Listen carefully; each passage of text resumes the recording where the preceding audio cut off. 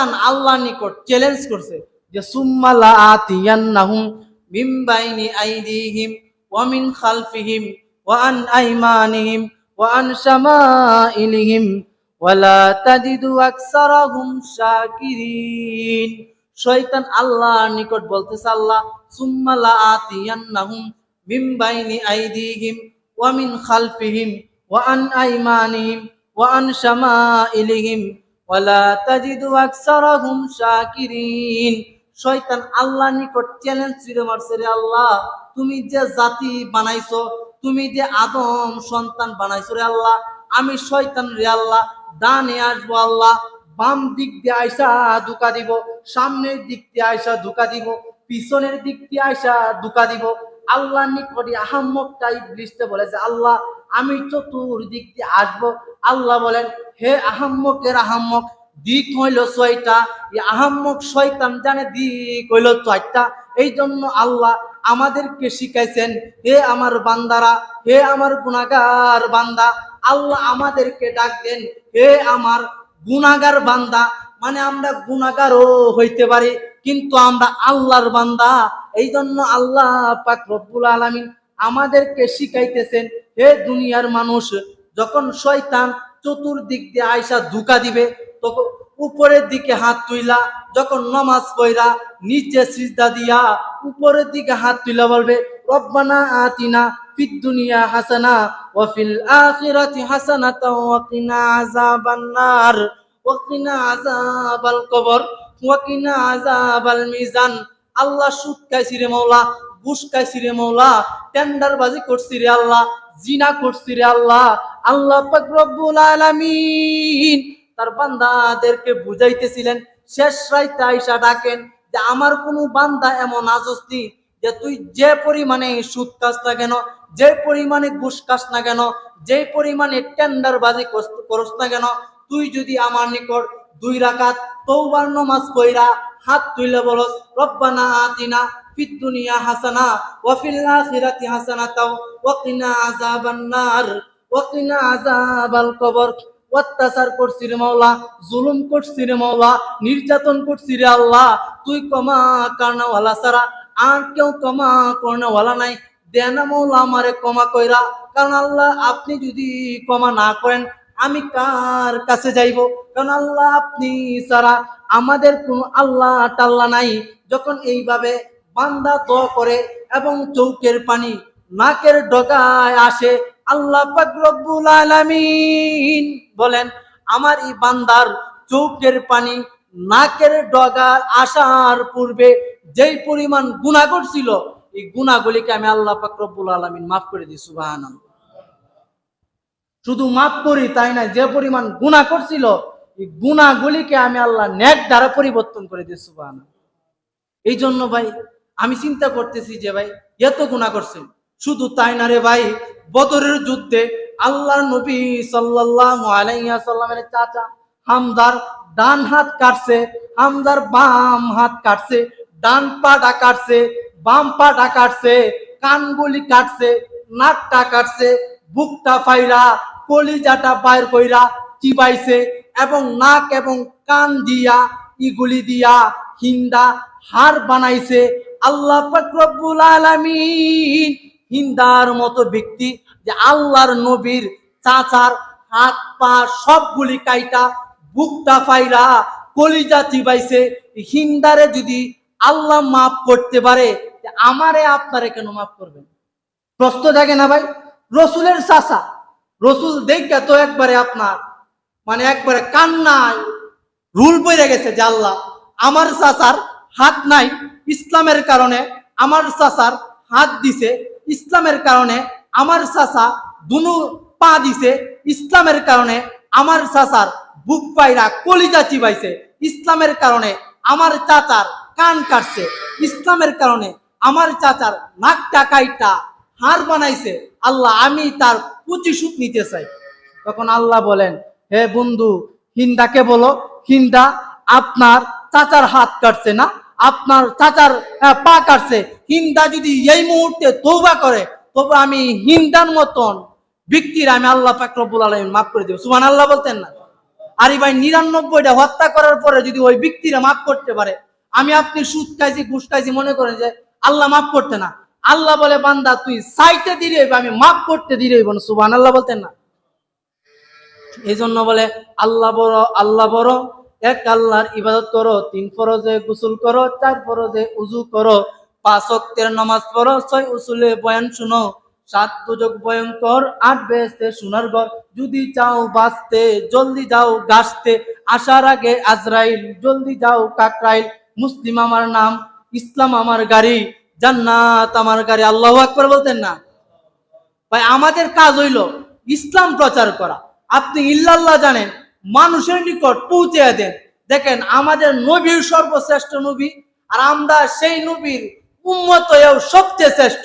দেখেন হাদিসের কিতাবের মধ্যে আসছে নবী করিম সাল্লাল্লাহু আলাইহি ওয়াসাল্লাম শীতের মৌসুমে রাস্তা দিয়ে যাইতেছেন, তো দেখতেছে শীতের মৌসুমে পাতা বেশি পড়ে না গাছ থেকে। শীতের মৌসুমে আল্লাহর নবী রাস্তা দিয়ে যায়, দেখতেছে গাছ থেকে পাতা বেশি করে ঝরতেছে। আল্লাহর নবী সাল্লাল্লাহু আলাইহি ওয়াসাল্লাম একটা গাছের ডাল ধইরা জাকি দিলেন, জাকি দেওয়ার কারণে আরো বেশি কইরা পাতা ঝরতে শুরু করলো। আল্লাহর নবী সাল্লাল্লাহু আলাইহি ওয়াসাল্লাম আবু যরকে ডাইকে বলতেছেন, হে আবু যর, তুই আমাকে জিজ্ঞাসা করলে না, দেখ রমজান শীতের মৌসুমে কিভাবে আপনার গাছ থেকে পাতা জয়রা পড়তেছে, যখন আমি ডালটা ধরে নাড়া দিলাম তো আরো বেশি করে পাতা ঝরতে। সুবহানাল্লাহ বলতেছেন আবু যর, শীতের মৌসুমে যেমনি ভাবে গাছের পাতা ঝরতে থাকে, তদ্রুপ তেমনি ভাবে কোনো ব্যক্তি যদি নামাজ আদায় করে আমার নিকট দোয়া করে যে আল্লাহ গুনাহ করছি, অত্যাচার করছি, জুলুম করছি, আপনি ক্ষমা করনেওয়ালা ছাড়া আর কেউ ক্ষমা করনেওয়ালা নাই। যখন এইভাবে কোনো বান্দা আল্লাহর নিকট কান্নাকাটি করে, শীতের মৌসুমে যেভাবে গাছ থেকে পাতা জড়ায়া পড়ে, তদ্রুপ তেমনি ভাবে নামাজ পড়ে কোনো ব্যক্তি দোয়া করলে গাছের পাতার নেই তার গুণাগুলি জোরে। সুবহানাল্লাহ। এই জন্য ভাই আমাদের কাজ হইল মানুষের নিকট ইসলামটারে প্রচার করা। যেমন ভাই আমি আপনাদের মসজিদে বসে আলোচনা করতেছি, এই আলোচনাটা আরো হাজার হাজার মানুষ শুনবে। এই যে ভাই হাজার হাজার মানুষ শুনবে, এতে আমার আমল নামায় কি হইব? সব দল হইতেছে। আপনি একটা লোকের সূরা ফাতিহা কি করলেন? শিক্ষা দিলেন।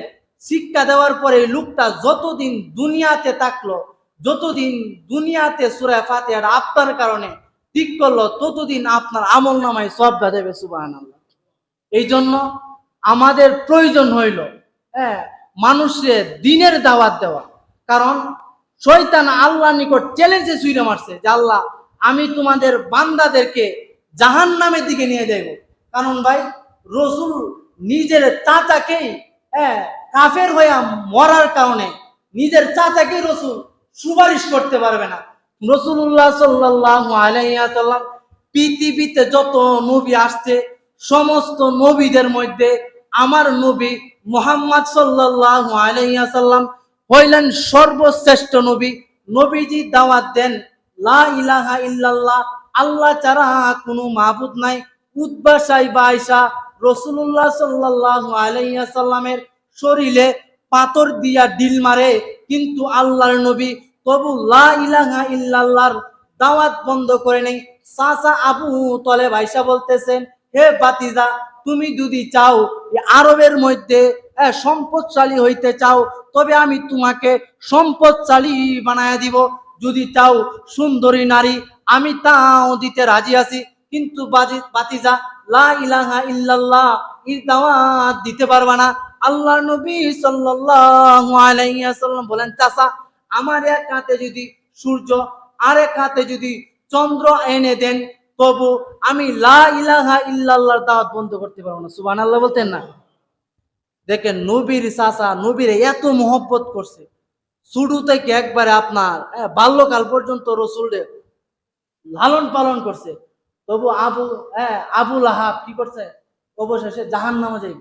রাসূলুল্লাহ সাল্লাল্লাহু আলাইহি ওয়াসাল্লাম চাচার শিয়রে মুমূর্ষ অবস্থায় আছে। মুমূর্ষ অবস্থায় তাহাকালীন বলছে, চাচা আপনি আমার সাথে শুধু খালি লা ইলাহা ইল্লাল্লাহ এতটুকু খালি আমার কানে কানে বলে দিন, দুনিয়ার আর কোনো মানুষ জানার প্রয়োজন নাই, আমি আল্লাহর কাছ থেকে জব্দা করে হইলো আপনারা জান্নাতে নিয়ে দেবো। সুবহানাল্লাহ বলতেন না? আপনি শুধু খালি আমার এতটুকু অপশন দেন যে লা ইলাহা ইল্লাল্লাহ মুহাম্মাদুর রাসূলুল্লাহ বলার প্রয়োজন নাই, এতটুকু আমার কানে কানে বলে দেন, আমি আল্লাহর নিকট সুপারিশ করে আমি আপনাকে জান্নাতে নিয়ে দেব। কিন্তু আবু লাহাব একবার চাচার চেহারার দিকে তাকায়, আরেকবার বাতিজার চেহারার দিকে তাকায়, তো শেষ পর্যন্ত হ্যাঁ আবু লাহাব কি করলো? কাফের অবস্থায় মৃত্যুবরণ করছে। রাসূলুল্লাহ সাল্লাল্লাহু আলাইহি সাল্লাম কাঁদতে শুরু করলেন, হে আল্লাহ, যে চাচা আমাকে এত লালন পালন করছে, যে চাচা আমার কষ্টের সাথে ছিল, যে চাচা আমাকে এত সুন্দরভাবে লালন পালন করছে, রে আল্লাহ, যে চাচার কারণে ইসলামের কাজ করতে আমি অনেক সাহায্য পাইছি, আল্লাহ, ই চাচা আজকে জাহান্নামে যাইব, আর আমার দিনের কথা শুনে কোটি কোটি উম্মত জান্নাতে যাইবে, আল্লাহ এটা আমার সহ্য হইতেছে না। আল্লাহ বলেন, হে নবী, আমি আল্লাহ পাক রব্বুল আলামিন যাকে ইচ্ছা তাকে হেদায়েত দান করি, আর যাকে ইচ্ছা তাকে হেদায়েত দান করি না। সুবহানাল্লাহ বলতেন না? আর আল্লাহ পাক রব্বুল আলামিন রাসূলের চাচা হয়ে জান্নাতে যাইতে পারছে না, আর আল্লাহ পাক রব্বুল আলামিন আমাকে আপনাকে বিনা দরখাস্তে মুসলমানের ঘরে জন্ম দিয়েছেন। এই জন্য আবারও আল্লাহ পাক রব্বুল আলামিনের নিকট কালিমাতো শুকরিয়া আদায় করে আলহামদুলিল্লাহ। এমনকি শেষ নবীর উম্মত বানায় আমাদেরকে পাঠাইছে। কারণ ভাই, দুনিয়া থাকার জায়গা না, যিনি থাকার প্রয়োজন ছিল তিনি থাকতে পারছে না, যার কারণে আল্লাহ দুনিয়াটা সাজাইছে, যার কারণে এত ডেকোরেশন। কারণ আল্লাহ বলতেছেন, আইনামা তাকুনু ইদরিকুমুল মাউতু ওয়ালাউ কুনতুম ফি বুরুজিম মুশাইয়াদা। কোন ব্যক্তি যদি পৃথিবীর সবচেয়ে বড় টাওয়ার বুর্জ খলিফার মধ্যেও থাকে, তাহলে আজরাইল আলাইহিস সালাম নির্দিষ্ট টাইমে নির্দিষ্ট সময় এই জায়গা থেকে কি করবে? তাকে জানটা কবজ করবে। সুবহানাল্লাহ। এই জন্য আমার নবী থাকতে পারছে না, আমরা সেই নবীর উম্মত, আমরাও থাকতে পারবো না। এই জন্য ভাই, মৃত্যুর আগে মৃত্যুর জন্য